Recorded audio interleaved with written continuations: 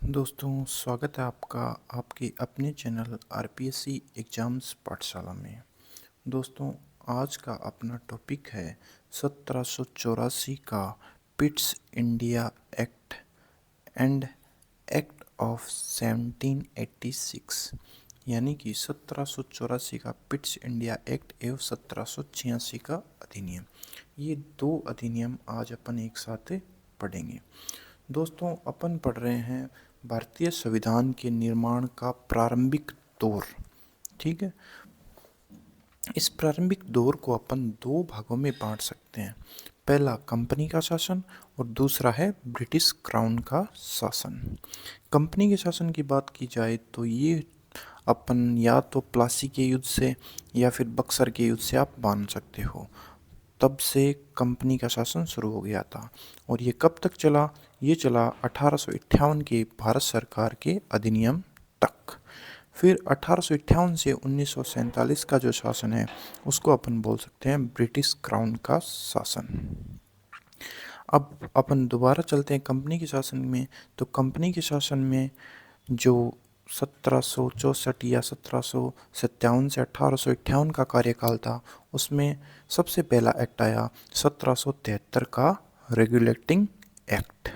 ठीक है, जिसमें जो कंपनी का निर्देशक मंडल हुआ करता था उसको क्या किया कि कंपनी के जो राजस्व, नागरिक और सैन्य मामलों की जानकारी ब्रिटिश संसद को देनी अनिवार्य कर दी गई। उसके बाद 1781 का संशोधन अधिनियम आया और उसके बाद आज का अपना टॉपिक शुरू होता है 1784 का पिट्स इंडिया एक्ट। इस एक्ट को अपन चार मुख्य बिंदुओं में समझेंगे। पहला बिंदु देखिए दोस्तों, इस लाइन को आप ध्यान से पढ़िए। पहला क्या है? इस एक्ट द्वारा व्यापारिक मामलों के अधीक्षण का जिम्मा निदेशक मंडल एवं राजनीतिक मामलों के नियंत्रण का काम एव की जगह ये एक है, एक नवगठित नियंत्रण बोर्ड को दिया।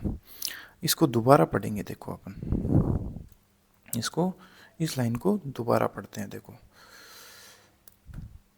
इस एक्ट द्वारा व्यापारिक मामलों के अधीक्षण का जिम्मा, ध्यान देना, व्यापारिक मामलों के अधीक्षण का जिम्मा निदेशक मंडल यानी कि वो कोर्ट ऑफ डायरेक्टर्स, निदेशक मंडल को क्या बोलते थे? कोर्ट ऑफ डायरेक्टर्स, एवं राजनीतिक मामलों के नियंत्रण का काम। पहला क्या था? व्यापारिक। ठीक है, इसका किसको दिया? निदेशक मंडल को। दूसरा क्या है? राजनीतिक मामलों के नियंत्रण का काम एवं नहीं, ये एक है। ठीक है, एक नवगठित नियंत्रण बोर्ड, नवगठित यानी जो अभी बना गया है। कब? 1784 के एक्ट में का काम एक नवगठित नियंत्रण बोर्ड, बोर्ड ऑफ कंट्रोल को दिया। ठीक है, इस लाइन में दो नाम आए हैं। देखो, दोनों ही इंपॉर्टेंट है। एक नाम तो पहले से अपन सुनते आ रहे हैं जो है कोर्ट ऑफ डायरेक्टर्स, इसको क्या बोलते हैं? निदेशक मंडल। पहले इसकी बात करते हैं। ठीक है, अब ये निदेशक मंडल क्या था? Court of directors. ये कोर्ट ऑफ डायरेक्टर्स क्या था? ये एक 24 सदस्यीय बोर्ड था। ये क्या था? 24 सदस्यीय बोर्ड था। ठीक है, जो क्या करते थे? 24 सदस्यीय बोर्ड था। इसका हेड ऑफिस कहाँ था? लेडन हॉल स्ट्रीट, लंदन में। अब देखो, एक कंपनी थी जिसको कब स्थापित किया गया? 1600 में। किसके द्वारा? जिसको व्यापार का एकाधिकार दिया गया 1600 में। किसने? ब्रिटिश संसद ने। और उस कंपनी के कुछ शेयर होल्डर थे। कौन थे? शेयर होल्डर, जिनको आप निर्माता बोल सकते हैं कंपनी के, या आप उनको प्रोड्यूसर्स भी बोल सकते हैं। तो ये प्रोड्यूसर्स ने क्या किया? एक कंपनी को चलाने के लिए एक कोर्ट ऑफ डायरेक्टर्स बनाया, जिसमें क्या होते थे? 24 सदस्य होते थे। इनमें से प्रत्येक का कार्यकाल कितना होता था? 4 साल का। ठीक है, और 4 साल के बाद इनको निकाल दिया जाता था। एक साथ सारों को नहीं चुना जाता था, बारी बारी से चुना जाता था। जैसे ही एक का कार्यकाल खत्म किया, दूसरे को चुना। अब ये शेयर होल्डर होते हैं ना, ये जो शेयर होल्डर थे कंपनी के, ये क्या करते थे? कोर्ट ऑफ डायरेक्टर्स के द्वारा अपना काम करवाते थे। कहाँ? भारत में, कंपनी में। अब ये जो ये जो भारत में गवर्नर या गवर्नर जनरल जो भी थे, ये किसके प्रति जवाबदेह होते थे? इस निदेशक मंडल के, ठीक है। और ये निदेशक मंडल किसके प्रति जवाबदेह होता था? कंपनी के शेयर होल्डर के। कब तक? 1773 तक। अब 1773 में क्या किया, ब्रिटिश संसद ने बोला कि जो ये कोर्ट ऑफ डायरेक्टर्स है ना, ये क्या करेगा, ये कंपनी के जो नागरिक, सैन्य और राजस्व संबंधी मामले हैं उसको किसको बताएगा? ब्रिटिश पार्लियामेंट को बताएगा। किसको बताएगा? ब्रिटिश पार्लियामेंट को बताएगा, ठीक है। यानी कि जवाबदेहिता अब कंपनी के डायरेक्टर्स की शेयर होल्डर के प्रति तो थी, और किसके प्रति आ गई? ब्रिटिश संसद के, या ब्रिटिश क्राउन बोल सकते हैं। उसको बाद में क्या किया गया, अब ये 1784 का एक्ट आया, इसमें एक और बदलाव हुआ। अब क्या किया गया कि ये जो कंपनी का निदेशक मंडल जो था, जिसका काम क्या था, व्यापारिक, सैन्य, नागरिक सभी मामलों का अधीक्षण करना, उसको सीमित कर दिया गया। कहाँ तक? व्यापारिक मामलों तक। कहाँ तक? व्यापारिक मामलों तक। अब एक नया बोर्ड बनाया गया। अब बोर्ड की बात कर लेते हैं। एक नवगठित बोर्ड। अब ये नवगठित बोर्ड था क्या, पहले इसके बारे में बात करेंगे, और फिर ये काम क्या करता था उसके बारे में बात करेंगे। अब ये बोर्ड ऑफ डायरेक्टर्स क्या था दोस्तों? बोर्ड ऑफ डायरेक्टर एक ब्रिटिश संसदीय समिति थी। जैसे आजकल इंडिया में भी तो संसद है, उसकी भी संसदीय समितियां होती है जो अलग अलग कामों को देखती है। वैसे ही एक संसदीय समिति ब्रिटिश संसद में थी, उसको क्या नाम दिया गया? Board of control. ये किसका कंट्रोल करता था? ये भारत में राजनीतिक मामलों, किसके? राजनीतिक मामलों। राजनीतिक मामलों में क्या होता है देखो, भारत के सभी नागरिक, एक मिनट, भारत के सभी नागरिक, सैन्य व राजस्व गतिविधियों के अधीक्षण का जिम्मा अब किसको दे दिया? नियंत्रण बोर्ड को दे दिया। अब देखो, अपन ने बात की बोर्ड ऑफ कंट्रोल क्या? ब्रिटिश संसदीय समिति। संसदीय समिति में कौन होते हैं? सांसद। तो कुल मिला के भारत के राजनीतिक मामलों पर अब किसका नियंत्रण हो गया? ब्रिटिश संसद का। किसका नियंत्रण हो गया? ब्रिटिश संसद का, ठीक है।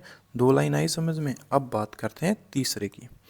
देखो, इस एक्ट द्वारा भारत में कंपनी के अधीन क्षेत्र को पहली बार ब्रिटिश आधिपत्य का क्षेत्र कहा गया।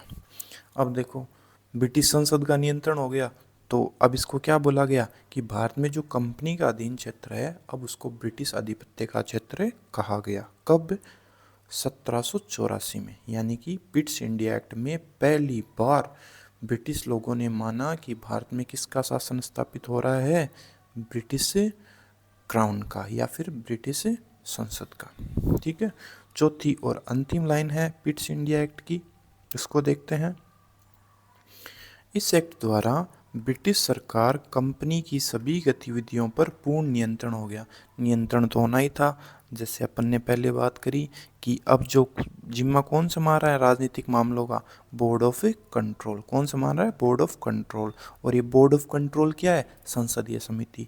कहाँ की संसदीय समिति है? ब्रिटिश संसद की। इसमें काम कौन करते हैं? ब्रिटिश सांसद। तो नियंत्रण किसका हो गया? ब्रिटिश संसद का, ठीक है।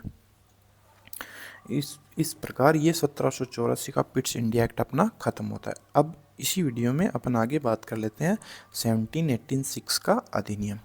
दोस्तों, ये बहुत ही छोटा सा अधिनियम है और ये कुल मिलाकर एक शर्त है।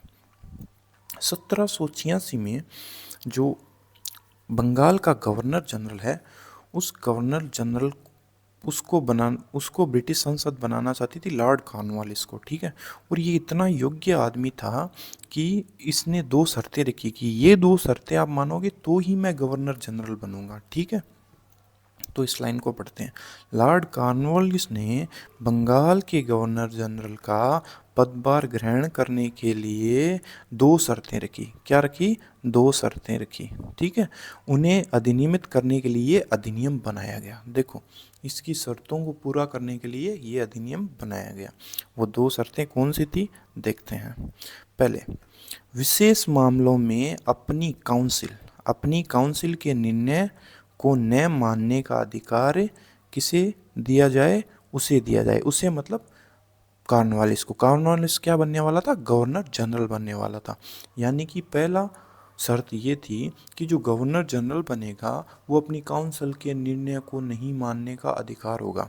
पहले क्या होता था, इस अधिनियम से पहले जो काउंसिल होती थी 1773 में, जो एक गवर्नर जनरल बंगाल का और उसकी काउंसिल, अब उसकी काउंसिल को कौन हटा सकता था? खाली ब्रिटिश पार्लियामेंट हटा सकती थी उसकी काउंसिल के सदस्यों को, और उसकी काउंसिल के सदस्यों को निर्णय मानने के लिए कौन बाध्य होता था? Governor general. लेकिन 1786 में क्या हुआ? 1786 में एक नया नियम आया, उसमें बोला कि जो गवर्नर जनरल है वो विशेष मामलों में अपनी काउंसिल के निर्णय को न भी माने तो कोई दिक्कत नहीं होगी। पहला शर्त ये थी। अब दूसरी शर्त देखते हैं, उसे सेनापति अथवा कमांडर इन चीफ का पद भी दिया जाए।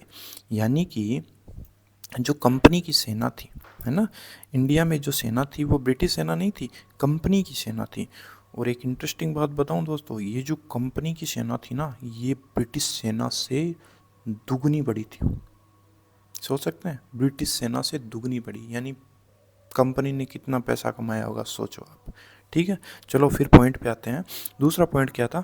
उसे सेनापति अथवा कमांडर इन चीफ का पद भी दिया जाए। ठीक है, यानी कि जो गवर्नर जनरल होगा उसी को क्या बुलाएंगे? सेनापति भी बनाया जाएगा।